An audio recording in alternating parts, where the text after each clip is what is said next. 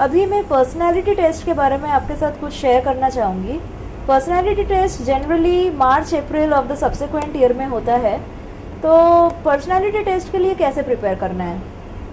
Personality test आपके व्यक्तित्व का एक एग्जामिनेशन होता है। आपके व्यक्तित्व में जो क्वालिटीज़ हैं वो आपके पैनल मेंबर्स को ज़रूर दिख जाएगा। तो आप अपने व्यक्तित्व को छुपाने की कोशिश कतई ना कीजिए। First, now about the preparation. Immediately after mains आप 5-10 दिन की छुट्टी लेकर इमीडिएटली प्रिपेयर करना शुरू कर दीजिए। ट्रेडिशनल एरियाज होते हैं कुछ इंटरव्यू के लिए। दीज इंक्लूड हॉबीज़, मीन्स आप अपने पास टाइम में क्या करते हैं। जैसे बहुत हम में से कुछ लिखते हैं कि हम गाना गाना पसंद करते हैं, हम रीडिंग करते हैं, हम गार्डनिंग करते हैं। तो ये जब आप हॉबीज़ लिख रहे हैं तो आपको उस हॉबीज़ में बहुत बहुत बहुत डिटेल्ड एनालिसिस करना है। जैसे फॉर एग्जांपल अगर आपने रीडिंग दिया है in the mains application form, तो आप क्या रीड करते हैं। तो अगर आप फिक्शन रीड कर रहे हैं, या अगर आप ऑटोबायोग्राफीज रीड कर रहे हैं, या आप सिर्फ न्यूज़पेपर्स रीड करना चाहते हैं, आप एग्जैक्टली क्या रीड कर रहे हैं उसको आपको अपने मन में लिखना है लिटरली कि आप क्या रीड करना पसंद करते हैं। क्योंकि आपको इंटरव्यू में कुछ भी एस्पेक्ट पूछा जा सकता है अबाउट रीडिंग। मैंने जैसे लेटर्स टू द एडिटर एक लिखा था हॉबीज़ में कि मेरा एक हॉबी है लेटर्स टू द एडिटर लिखना। तो एक क्वेश्चन मुझे पूछा गया था कि क्या आपको ऐसे लगता है कि जो मीडिया पर्सन्स है, जो मीडिया है, वो सब लेटर्स पब्लिश करती है, और अगर सब लेटर्स पब्लिश नहीं होते हैं तो क्यों नहीं होते।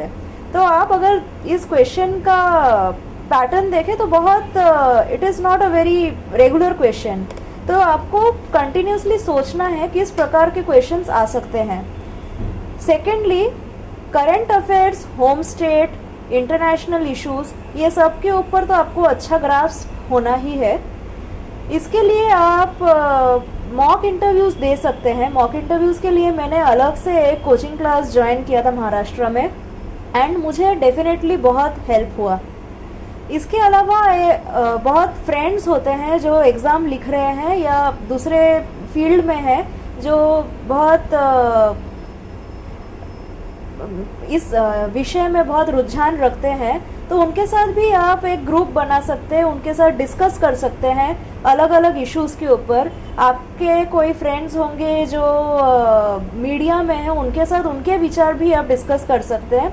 तो ये जो 3-4 महीने आपको मिलते हैं बिफोर आपको जो इंटरव्यू कॉल के पहले, वो 3-4 महीने अगर आपने ठीक यूटिलाइज कर लिया तो डेफिनेटली आपको पर्सनालिटी टेस्ट में काफ़ी मार्क्स मिलने की पूरी आकांक्षा है। मुझे पर्सनालिटी टेस्ट में 225 मार्क्स मिले थे, और उसके लिए मैं आपको बोलना चाहूँगी कि पर्सनालिटी टेस्ट बहुत इम्पॉर्टेंट एस्पेक्ट होता है इस पूरे प्रोसेस का। और मैंने अपने पर्सनल एग्जांपल से आपको ये बोलना चाहूँगी कि मैं इनफैक्ट मेरी माताजी जो है, मेरी मम्मी मुझे रोज़ इनफैक्ट मॉक इंटरव्यूज़ लेती थी। जस्ट अबाउट 10-15 मिनट्स रोज़ लेती थी मम्मी। और मुझे उस एक्सरसाइज से, जो रोज़ मम्मी मुझे एक बार कोई भी क्वेश्चन पूछ लेती थी, मैंने इनफैक्ट एक डायरी प्रिपेयर किया था, बहुत सारे ऐसे क्वेश्चंस लिखे थे और मम्मी को डायरी दे दिया था। मम्मी मेरी रोज़ क्वेश्चंस पूछती थी, कभी अपने मन से पूछ लेती थी, एंड वो मुझे एक इतना अच्छा मेरा ग्रास्प बन गया था कि on the day of interview मेरा जो फियर एक रहता है वो फियर बिल्कुल नहीं था। So this is just a very personal example. आप ईच ऑफ यू जो इंटरव्यू के लिए अटेंड करने वाले हैं, आपको अपने हिसाब से पढ़ाई करना है, अपने हिसाब से अपने आप को तैयार करना है उस इम्पोर्टेंट डे के लिए आपकी ज़िंदगी के। अभी मैं आपको ये बोलना चाहूँगी कि एम जो है, गोल सेटिंग बहुत इम्पॉर्टेंट है इस पर्टिकुलर एग्ज़ाम के लिए, और ज़िंदगी में भी गोल होना चाहिए। मेरे केस में मैंने 3rd स्टैंडर्ड से डिसाइड किया था कि मुझे IAS ही बनना है। मेरे पिताजी ने मुझे इस एग्ज़ाम के लिए प्रोत्साहित किया था। कॉलेज में जाते जाते जब मेरा आइडिया क्लियर हुआ कि सिविल सर्विसेज से हम लोक सेवा कर सकते हैं, मैंने कंपटीशन सक्सेस रिव्यू से भी पढ़ना शुरू किया। तभी से मुझे क्लियर आइडिया आ गया था कि एग्जैक्टली ये नेचर का एग्ज़ाम का नेचर क्या है। और फिर एक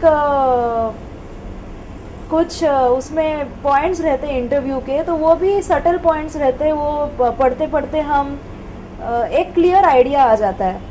तो दिस इज़ अबाउट एमिंग। और फाइनली आप देखिए परसिवियरेंस जो है, निष्ठा, एक उस एग्ज़ाम को क्लियर करने की एक ज़िद, एक निष्ठा, मेहनत, ये सब तो आते ही हैं। और मैं आशा करती हूँ कि आप सब जो अलग अलग स्टेजेस में हैं इस एग्ज़ाम को क्लियर करने के, कुछ अभी मेरे जो श्रोतागण हैं कुछ अभी कॉलेज में होंगे, जो आई होप कि मैंने उनसे अंत तक कुछ लेसन्स कन्वे किए हैं।